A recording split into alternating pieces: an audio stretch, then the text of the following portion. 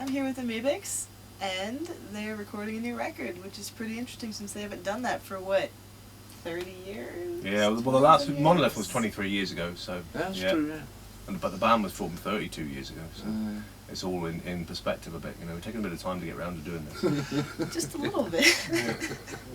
Well, when you first started, you didn't know.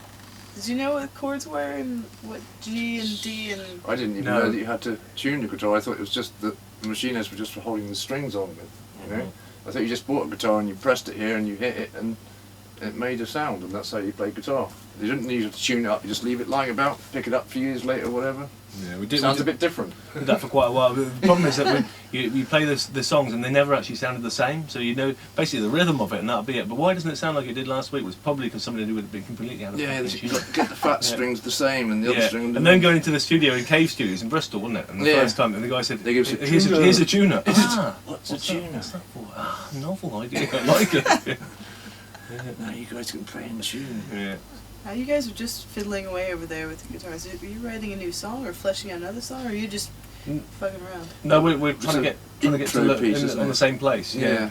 So, yeah, it's a lead-in piece for another piece. So we're trying to make this record so it all flows and you can go, rather than it being a kind of shuffle selection thing where you can pick one track. If you get one track, but then you'll get it out of context. So you've got to take the whole. Like we used to listen to records as a kid. We listened to a whole record as a whole experience to go in and out of the different tracks and just be pulled into it and taken down and up. Talking about that with Kim here earlier on as well, about this whole thing about vinyl coming back, and also just the fact that it was great to have a full experience of an album. You know, it's like you'd look forward to the new album by whoever it was, and you'd sit down, you'd listen to that fucking side, and you again, know, and if you weren't too wasted, you'd get up and you turn it over and listen to the other side. You know? That was really good. Someone put it on again. Yeah. But I mean, that was the great thing about, you know, records, and that is coming back, and thank goodness for that. You know, it's quite good because you've gone through this period now where the whole download debate, you know, it's like, is that good or is that bad? I think that people are just changing their direction a bit more from what we were talking about. It seems like people are starting to appreciate taking time out with their music again. People are looking for a quality product in a world with fast, instant gratification where you get blah blah blah this and that. But then I think in the end people still gravitate towards the quality, well-produced, thought-out thing that has an emotional resonance with them, rather than something that's like, oh, that's really good for 5 minutes and then it doesn't last. It's like when you hear a good record, you know, it's like you can listen to a record that you really think is a good record. You can listen to it whether you're 13 or 50 or whatever, and you can carry on listening because it'll always have the same effect with you. You know? Yeah. Because it's a quality piece of music.